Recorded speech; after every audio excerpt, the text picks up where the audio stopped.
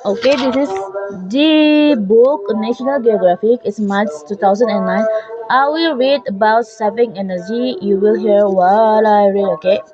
Now in Indonesia or now in my first Western time of Indonesia is facing 11 a.m., which is the Muslim man will get Friday prayer at the mosque. Okay. So it's saving energy. Saving energy. Okay. It starts at home. We already know the fastest, least expensive way to slow climate change, which is useless energy. And with a little effort and not much money, I'm sorry, most of us could reduce our energy diets by 25% or more, doing the earth a favor while also helping our pocketbooks. So, what's holding us back?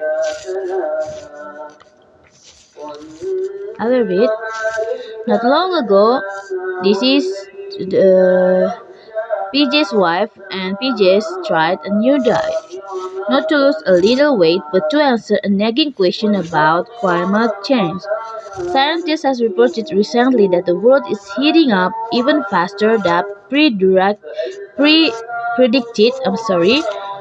only a few years ago, and that the consequences would or could be severe if we don't keep reducing emission of carbon dioxide and other greenhouse gases that are trapping heat in our atmosphere.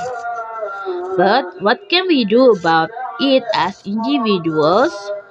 And as emissions from China, India, and other developing nations skyrocket, will our efforts really make any difference?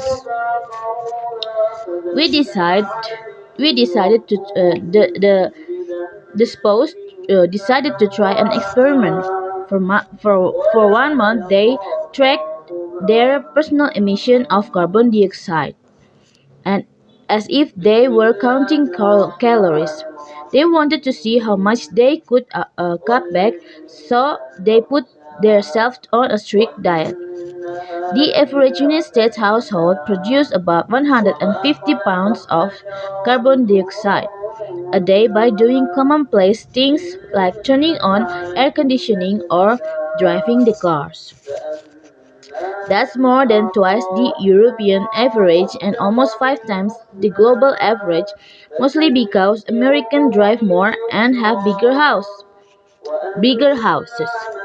But how much should they try to reduce?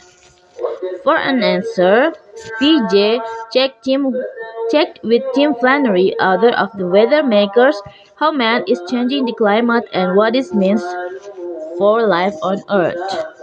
In his books, he would call he would challenge readers to make deep cuts in personal emission to keep the world from reaching critical tipping points, such as the melting of the ice sheets in Greenland or West Antarctica.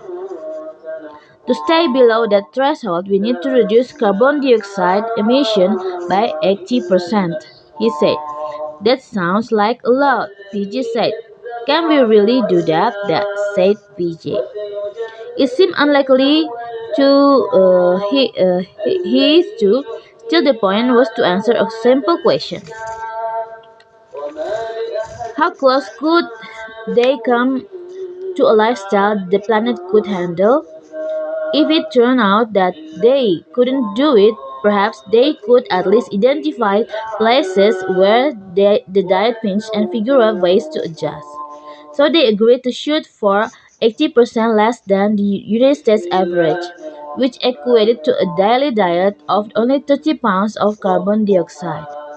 Then they set out to find a few neighbors to join them. John and Kyoko Bauer were logical candidates, dedicated greenies.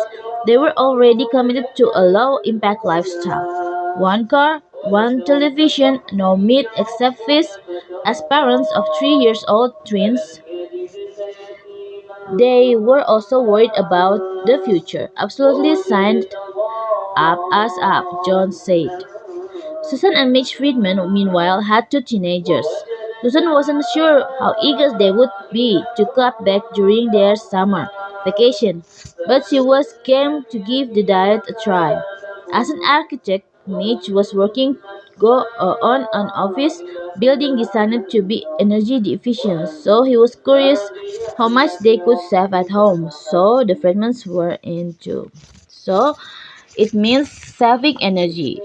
Saving energy is it start at home that they know we already know the fastest least expensive way to slow climate change is use less energy.